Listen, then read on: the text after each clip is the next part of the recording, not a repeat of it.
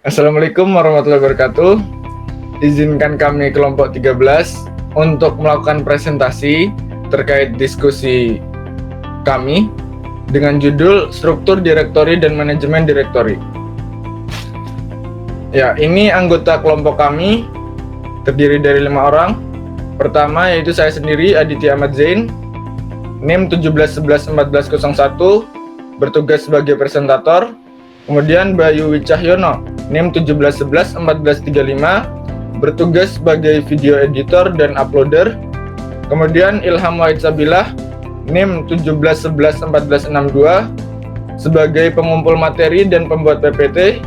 Kemudian Khairin Pratama, NIM 17111453, selaku presentator.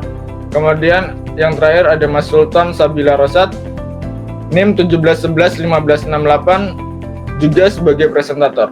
Next, ya kita langsung masuk ke materinya. Yang pertama yaitu pengertian dari struktur direktori. Direktori atau folder merupakan suatu entitas dalam sistem berkas yang mengandung berkas atau direktori lain. Direktori digunakan sebagai sarana untuk pengorganisasian berkas pada suatu sistem komputer. Dengan adanya direktori, setiap berkas dapat dikelompokkan dalam pengorganisasian berkas. Sistem operasi dapat memartisi disk menjadi beberapa direktori atau menjadikan dua disk menjadi sebuah direktori. Next. Kemudian yaitu atribut pada direktori. Yang pertama, direktori memiliki nama direktori, merupakan nama dari direktori itu sendiri. Kemudian ada lokasi, yaitu merupakan alamat dari direktori. Lalu ada tanggal, berisi tanggal pembuatan. Kemudian ukuran, merupakan besaran ukuran dari direktori tersebut dengan satuan byte, kilobyte, megabyte, gigabyte, dan seterusnya. Dan yang terakhir ada type dari berkas. Contohnya seperti .exe, .com, .txt, dan lain-lain. Selanjutnya yaitu contohnya. Di sini ada yang pertama pada contoh OS Windows, kemudian pada contoh direktori pada contoh OS Linux, dan yang terakhir yaitu direktori pada contoh OS Mac. Selanjutnya akan dijelaskan oleh Mas Sultan. Oke, baik. Di sini saya akan menjelaskan tentang jenis struktur direktori. Yang pertama adalah direktori satu tingkat, yaitu single level directory. Kelebihan dari single level directory ini adalah semua berkas disimpan di dalam direktori yang sama. Kekurangannya adalah jika jumlah berkasnya bertambah banyak, karena setiap berkas mesti memiliki nama yang unik. Next. Jenis struktur direktori yang kedua yaitu direktori dua tingkat, yaitu two level directory. Kelebihan dari direktori dua tingkat ini bisa dilihat sendiri, memiliki direktori yang terpisah untuk tiap pengguna yang disebut user file directory.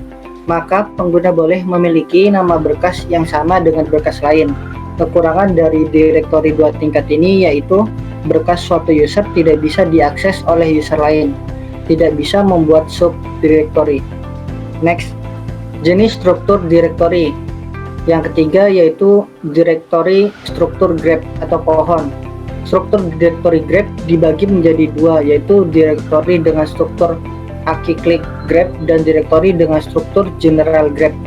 Kelebihannya yaitu setiap pengguna bebas membuat subdirektori sendiri dan mengorganisasikan berkas-berkasnya.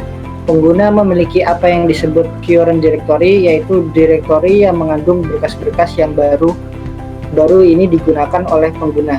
Kekurangan dari direktori struktur grep yaitu berkas suatu user tidak bisa diakses oleh user lain. Next, direktori dengan struktur acyclic grep adalah kelebihannya sebagai berikut, yaitu setiap pengguna bebas membuat subdirektori sendiri dan mengorganisasikan berkas-berkasnya, memperbolehkan berkas suatu user diakses oleh user lain.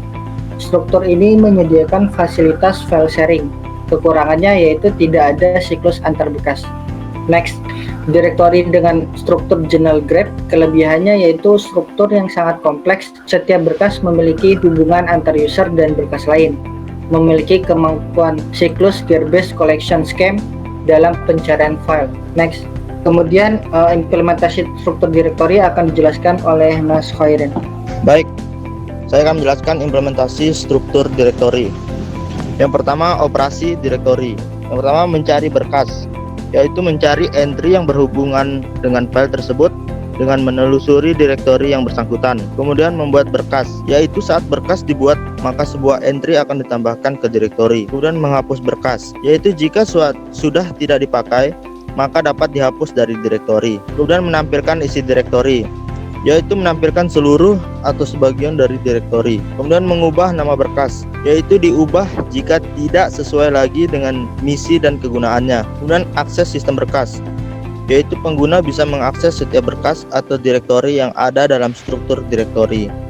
Kemudian terakhir, update direktori, yaitu pengguna dapat menambahkan atau mengurangi isi dari direktori tersebut. Next. Kemudian yang kedua, berbagi berkas, multiple user.